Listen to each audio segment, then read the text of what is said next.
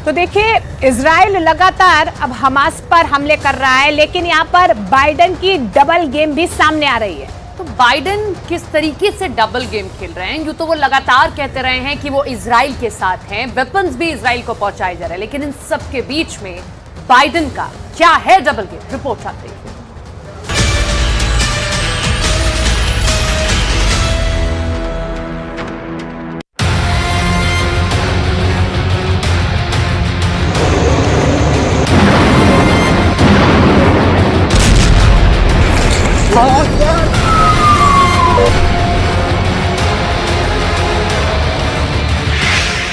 अक्टूबर को अमेरिका के 2 बंधक रिहा किए और 21 अक्टूबर को हजारों टन की राहत सामग्री गाजा के अंदर चली गई।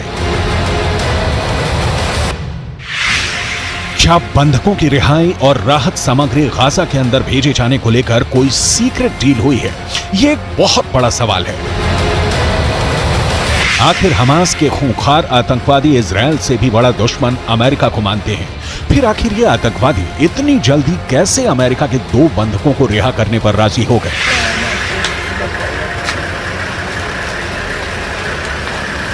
ये वो सवाल है जिसके जवाब से बड़ा कूटनीतिक गेम डीकोड होने वाला है।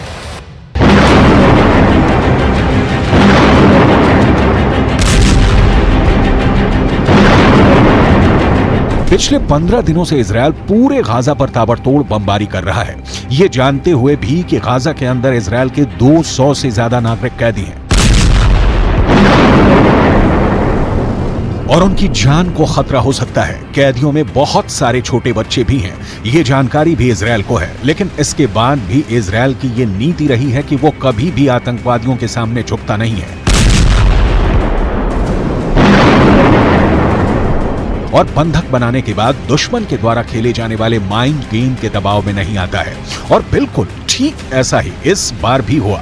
इजराइल के प्रधानमंत्री बेंजामिन नेतन्याहू ने 7 अक्टूबर को ही यानी हमास के अटैक के दिन ही ये ऐलान कर दिया था कि इजराइल अब युद्ध में है। उन्होंने कहा था कि वी आर इन वॉर। तब से आज तक कभी भी बेंजामिन नेतन्याहू ने बंधकों को लेकर अपनी कमजोरी नहीं दिखाई। ये जरूर कहा कि अमेरिका और इजराइल साथ मिलकर बंधकों की रिहाई की कोशिश कर रहे हैं, लेकिन अमेरिका ने शायद बेंजामिन नेतन्याहू के सख्त रवैये के बावजूद हमास के आतंकवादियों के साथ सीक्रेट डील के तहत अपने बंधकों को रिहा करवाने पर काम शुरू कर दिया है। हमास ये कह रहा है कि उसने अमेरिका के 2 नागरिकों को मानवीय कारणों से छोड़ा है, लेकिन हमास के आतंकियों से मानव जैसे व्यवहार की उम्मीद करना बेमानी हो गई। दरअसल गाजा में भूख के बिना हमास के लड़ाके इतने परेशान हो गए कि उन्हें मजबूरी में 2 बंधकों को छोड़ना पड़ा और आने वाले दिनों में भी इस तरह की उम्मीद हमास की तरफ से की जा सकती है, क्योंकि इजराइल और दूसरे देशों का रुख बहुत कड़ा है हमास के खिलाफ। दरअसल लेबनान के एक अखबार neharnet.com पर हमास की योजना की असल खबर छपी है। लेबनान का यह अखबार लिखता है कि हमास की तरफ से यह कहा गया कि उन्होंने 2 अमेरिकी बंधकों को इसलिए रिहा किया है क्योंकि बाइडेन की तरफ से यह आश्वासन दिलाया गया है कि राहत सामग्री के कुछ ट्रक गाजा के अंदर आएंगे और रफा क्रॉसिंग को खोल दिया जाएगा। मतलब साफ है कि आतंकवादी सुरंगों के अंदर भूख से बिलबिला रहे हैं और इसीलिए सीक्रेट डील के जरिए एक तरफ गाजा के अंदर राहत सामग्री को आने देना चाहते हैं और दूसरी तरफ अमेरिका के 2 बंधकों को रिहा भी कर दिया गया है। ऐसा लगता है कि इस सीक्रेट डील में एक अहम किरदार कतर के अमीर भी हैं। याद कीजिए, अमेरिका के विदेश मंत्री एंटनी ब्लिंकन ने कतर का दौरा किया था और कतर के अमीर से मुलाकात की थी। इस दौरान क्या बात हुई इसकी फुल डिटेल नहीं आई थी, लेकिन अब धीरे धीरे ये सारी परतें खुलने शुरू हो गई हैं। दरअसल अमेरिका के 2 बंधकों की रिहाई के बाद कतर के विदेश मंत्रालय के प्रवक्ता की तरफ से ये बयान आया है कि आज रात अमेरिका के बंधकों की रिहाई सभी पक्षों के साथ कई दिनों तक लगातार बातचीत के बाद हुई है। प्रवक्ता का कहना है कि इजराइल और हमास के साथ कतर की बातचीत इस उम्मीद में जारी रहेगी कि वो सभी देशों के बंधकों को रिहा कर देंगे। यानी बात बिल्कुल साफ है कि एक आतंकी संगठन हमास के बिचौलिए की तरह बातचीत कतर की सरकार कर रही थी। अब इस तरह हमास इसलिए कतर के कूटनीतिज्ञों की पीठ ठोकेगा कि राहत सामग्री से भरे हुए ट्रक गाजा के अंदर पहुंच गए हैं और जाहिर सी बात है कि गाजा के अंदर जब ये ट्रक जाएंगे तो इन पर कब्जा आतंकियों का ही होगा, क्योंकि गाजा पर जमीनी कब्जा आज भी हमास के आतंकियों का ही है और ये कोई नई बात भी नहीं है।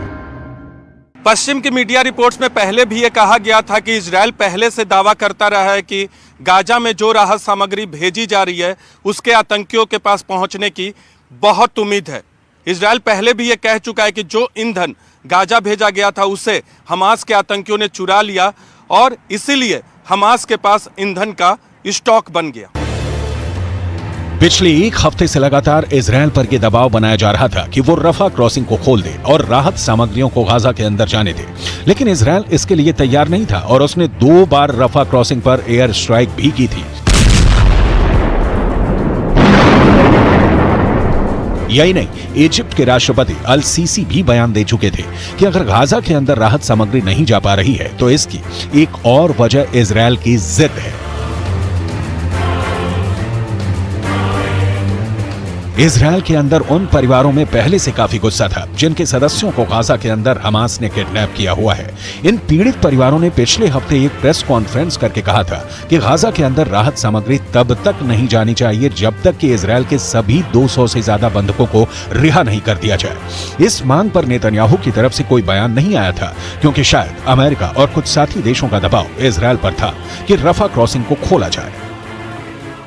पूरी उम्मीद है कि जब अमेरिका के विदेश मंत्री टोनी ब्लिंकन ने कतर के अमीर से बात की होगी तब अमेरिका की तरफ से भरोसा दिलाया गया होगा कि अगर हमास बंधकों को रिहा करता है तो इजराइल राफा बॉर्डर को खोलने के लिए राजी हो जाएगा।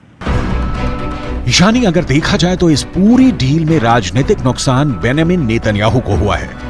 इजराइल को रफा क्रॉसिंग खोलने से रणनीतिक नुकसान भी हुआ है। इसकी चर्चा हम आगे करेंगे, लेकिन पहले नेतन्याहू के अंदरूनी राजनीति पर बात करनी जरूरी है। इजराइल के अंदर एक सर्वे हुआ है और इस सर्वे का दावा है कि इजराइल के 21% लोग गाजा में हमला करने के विरोध में हैं, लेकिन 65% लोग हमास पर हमले का समर्थन कर रहे हैं। गाजा में 51% लोग नहीं चाहते कि हिजबुल्लाह के साथ जंग हो और 49% लोग चाहते हैं कि हिजबुल्लाह के साथ भी जंग हो जाए। लेकिन सबसे बड़ी मुश्किल नेतन्याहू के लिए ये हुई है कि इस सर्वे के मुताबिक अगर आज इजराइल में चुनाव हो जाए तो नेतन्याहू की पार्टी को करीब 20 सीटों का नुकसान होगा। अब जाहिर सी बात है कि बंधकों को रिहा किए बिना ही इतनी भारी मात्रा में गाजा के अंदर राहत सामग्री भेजे जाने से नेतन्याहू की लोकप्रियता इजराइल के अंदर और गिरने वाली है। लेकिन नेतन्याहू इसलिए मजबूर हैं कि वो कई फ्रंट पर जंग लड़ रहे हैं और अमेरिका का साथ और अमेरिका के हथियार उन्हें किसी भी कीमत पर चाहिए। युद्ध रणनीति के हिसाब से भी अगर आप सोचेंगे तो ये पता चलेगा कि हमास के साथ लड़ाई इजराइल की लंबे वक्त तक गाजा में चल सकती है और गाजा में लड़ाई लड़ने के लिए हमास को भी लंबे वक्त तक रसद चाहिए, यानी खाना चाहिए।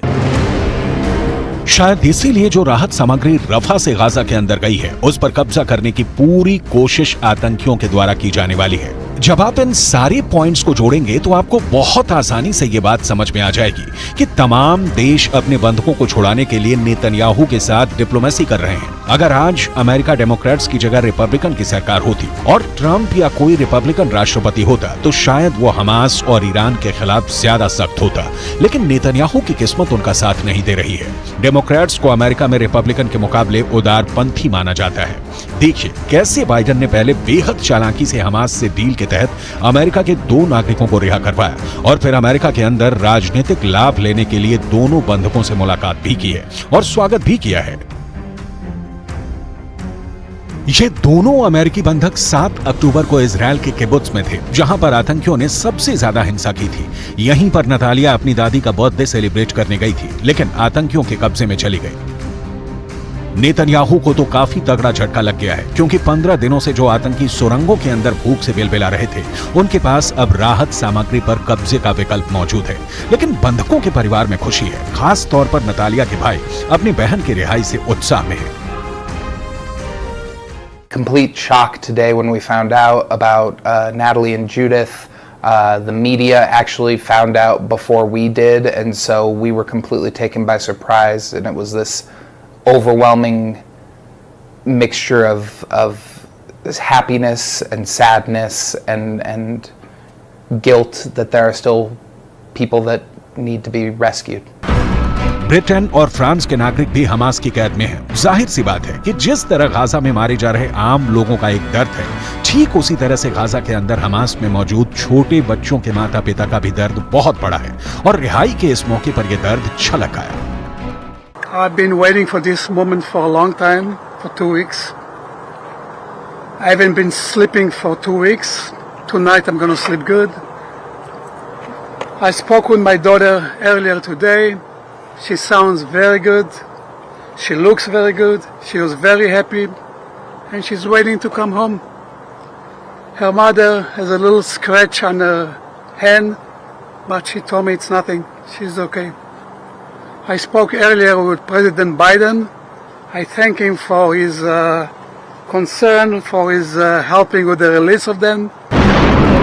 कुल मिलाकर इजरायल और हमास के इस जंग में एक ग्रेट गेम चल रहा है, जिसका खामियाजा नेतन्याहू को भुगतना पड़ रहा है। नेतन्याहू जैसा सख्त जान जिसने अपने भाई को जंग में खोया है, वो कभी भी इतनी आसानी से रफा क्रॉसिंग खोलने का फैसला नहीं ले सकता था। लेकिन शायद अमेरिका का दबाव उनकी स्ट्रेटजी पर ज्यादा भारी पड़ा है।